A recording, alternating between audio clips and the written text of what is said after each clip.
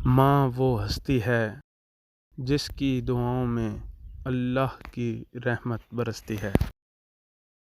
دنیا میں ہمیشہ رہنے والا رشتہ اگر کوئی ہے تو وہ ماں کا ہے، جو تکلیف برداشت کرتی ہے اور اولاد کو سکھ پہنچاتی ہے۔ ابو علی سینا نے کہا، اپنی زندگی میں محبت کی سب سے اعلیٰ مثال میں نے تب دیکھی جب سیب 4 تھے اور ہم 5۔ تب میری ماں نے کہا، مجھے سیب پسند ہی نہیں۔ صرف 2 لوگ مقدر والے ہوتے ہیں، ایک جن کو وفادار دوست ملتا ہے اور دوسرا جن کے ساتھ ماں کی دعائیں ہوتی ہیں۔ دعائیں بھی راستے میں ٹھہر جاتی ہیں۔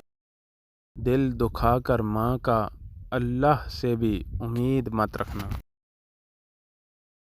بے شک ماں زیادہ پڑھی لکھی نہ ہو، پر دنیا میں ہر ضروری بات ہم ماں سے ہی سیکھتے ہیں۔ ماں تو ماں ہوتی ہے، پہچان لیتی ہے کہ آنکھیں سونے سے لال ہیں یا رونے سے۔ ماں باپ کی جتنی ضرورت ہمیں بچپن میں ہوتی ہے، اتنی ہی ضرورت ان کو بڑھاپے میں ہماری ہوتی ہے۔